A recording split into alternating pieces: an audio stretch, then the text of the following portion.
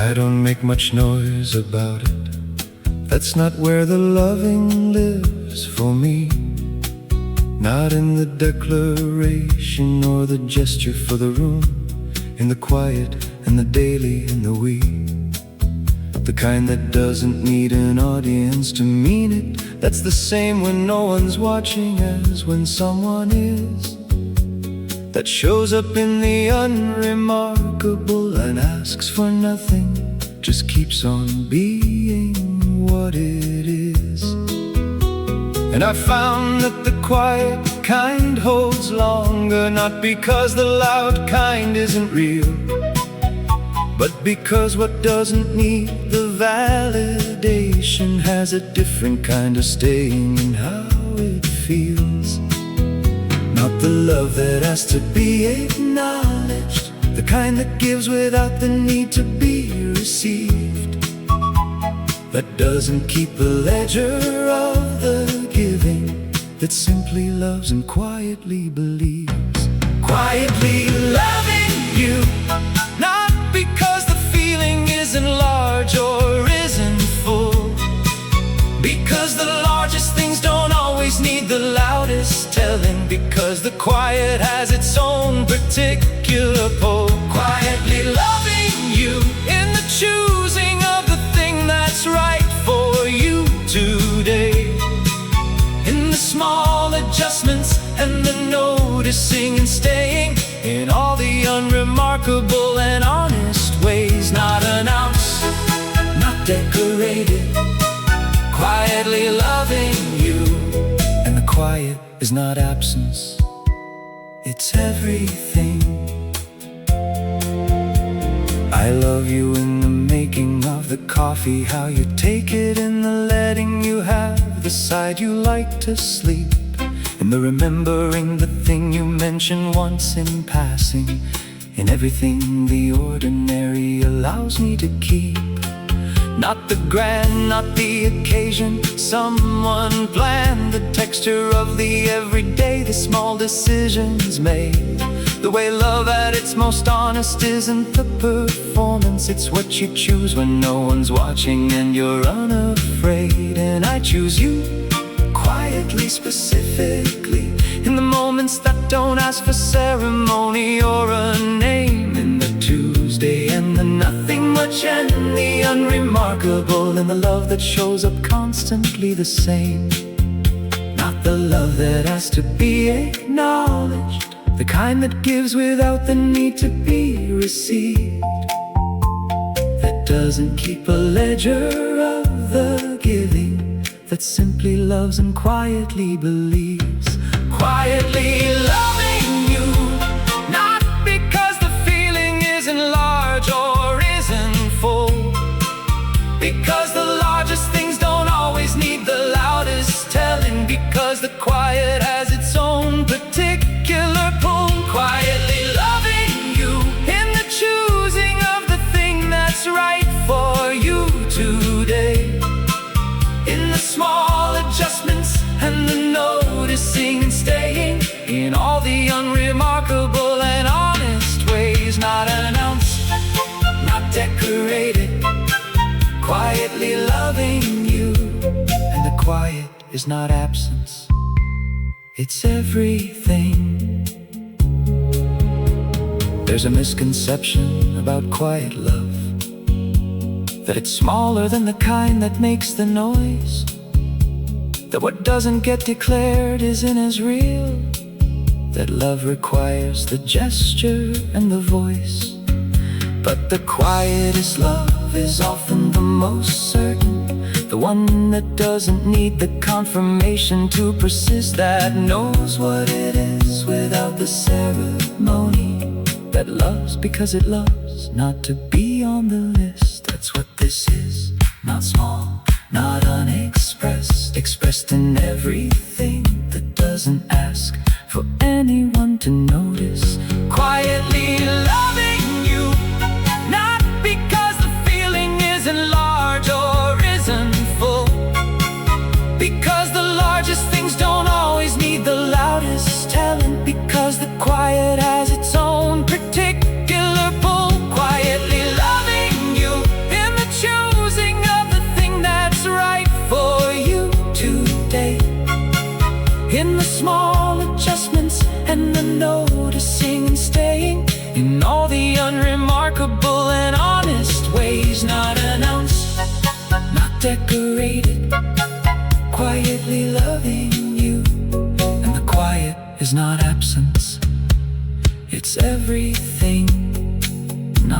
performance, not the grand announcement.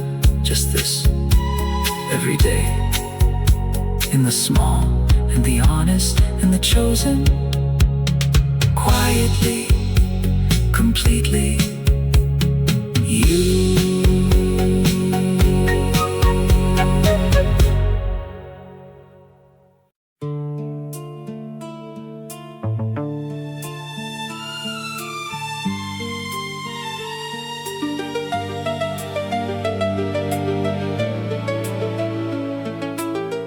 I've learned the particular catalog of you, the sounds that only proximity makes available, the way you move through the morning before you're ready, the particular rhythm of the unremarkable, the sound of you in the next room doing nothing special, the small adjustments and the settling into place, the particular quality of your breathing when you're reading, the sound of you existing in the ordinary space. And I've stopped passing these things by without noticing, started holding still when they arrive, because somewhere along the way I understood that these are the sounds that make me feel most alive. Not the music or the carefully composed, the unintentional, the unrehearsed, the real, the sounds you make when you've forgotten you're making them. Those are the ones with the most to feel. The sweetest sound of you, not the voice performing or arranged for anyone, the one that surfaces before the day has asked you to be ready, the sound of you before the day's begun. The sweetest sound of you, in the laugh that comes before you've chosen to release it, in the quiet after something's moved you genuinely, in every unguarded moment I wanna seize it. Not the concert, not the stage, the sweetest sound of you in the ordinary, where the sweetest things have always lived.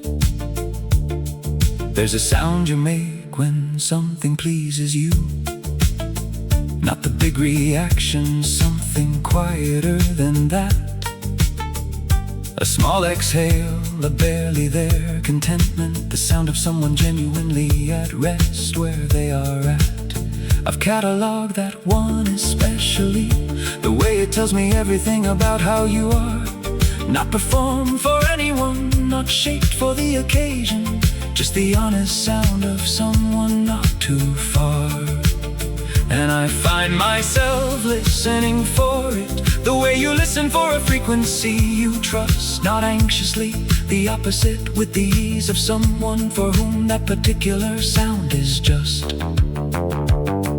Not the music or the carefully composed, the unintentional, the unrehearsed, the real, the sounds you make when you've forgotten you're making them. Those are the ones with the most to feel. The sweetest sound of you, not the voice performing or arranged for anyone, the one that surfaces before the day has asked you to be ready, the sound of you before the day's begun. The sweetest sound of you, in the laugh that comes before you've chosen to release it, in the quiet after something's moved you genuinely, in every unguarded moment I wanna seize it. Not the concert, not the stage, the sweetest sound of you in the ordinary, where the sweetest things have always lived. Sound carries something that sight doesn't always, an intimacy that requires being close. You can see someone from a distance, but the sounds that matter most need you near the most. And I've been near enough, long enough to know the particular sound of you at ease, the small and unremarkable acoustics of your living, which turn out to be the ones I want to keep.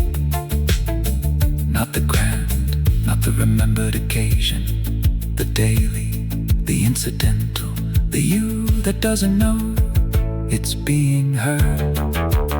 The sweetest sound of you, not the voice performing or arranged for anyone, the one that surfaces before the day has asked you to be ready, the sound of you before the day's begun. The sweetest sound of you,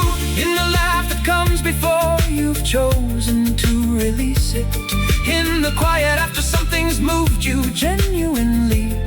In every unguarded moment I want to seize it.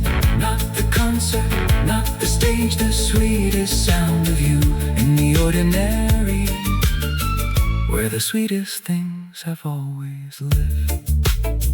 Not the performance, not the composed, the incidental, the unguarded, the you that doesn't know. It's the sweetest thing I've heard.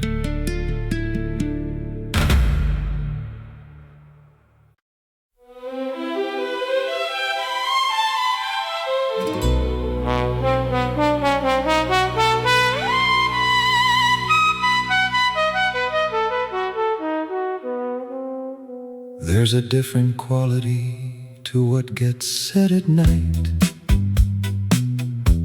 when the day has finally put its asking down, when the performing and the managing have quieted, and what's left is just the person without the gown. I've noticed what comes out in those hours, the things that wait for the dark to find their voice. Not because the dark makes them more true, because the dark removes the cost of the choice. The cost of being heard, of being known that clearly, of saying the thing without the daylight, managing the risk. And in the dark beside you, in the particular quiet, the words arrive more honestly, more brisk. Not secrets exactly, things already known somewhere, just the versions that don't surface in the ordinary light. The particular truth of what I feel when the guard is down, the whisper that's been waiting for the night. A whisper in the dark, and what I whisper is the truest thing I have. Not the careful version, the one before the careful, the one that lives below the daily by a half. A whisper in the dark, because the dark gives things the room they need to land. Because what I say when only you can hear it is the thing I mean most fully, the unplanned, not performed, not managed. A whisper in the dark, and in that whisper, everything I've been meaning all along. I've said things in those hours I couldn't have said otherwise, not because they weren't true in the daylight too, because truth at its most unguarded needs a specific quiet, needs the dark and needs the closeness and needs you. The particular admission, the one that costs, the gratitude that runs too deep for ordinary saying, the fear I carry quietly that surfaces in honesty, the love that's larger than the daylight's way of weighing. All of it comes out in those hours slowly, not all at once, not everything every night, but across the years of dark and quiet beside you, the whole of what I am has come to light. Not secrets exactly, things already known somewhere, just the versions that don't surface in the ordinary light. The particular truth of what I feel when the guard is down, the whisper that's been waiting for the night. A whisper in the dark, and what I whisper is the truest thing I have. Not the careful version, the one before the careful, the one that lives below the daily by a half. A whisper in the dark, because the dark gives things the room they need to land. Because what I say when only you can hear it is the thing I mean most fully, the unplanned, not performed, not managed. A whisper in the dark, and in that whisper, everything I've been meaning all along.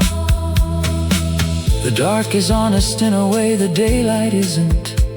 Not kinder, not more forgiving, just more still. It removes the audience and the self-awareness, leaves what's real without the performance or the skill. And what's real, when the stillness has its way, is simpler than the daylight version tends to be.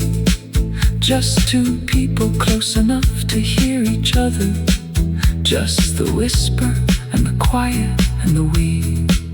That's where the truest things are found, they're saying, not in the grand moments or the light, in the particular and unhurried dark beside you, in the whisper in the night. A whisper in the dark, and what I whisper is the truest thing I have. Not the careful version, the one before the careful, the one that lives below the daily by a half. A whisper in the dark, because the dark gives things the room they need to land. Because what I say, when only you can hear it, is the thing I mean most fully. The unplanned, not performed, not managed. A whisper in the dark, and in that whisper, everything I've been meaning all along. Not the daylight version, not the managed one, just the whisper in the dark, where the truest things find their voice.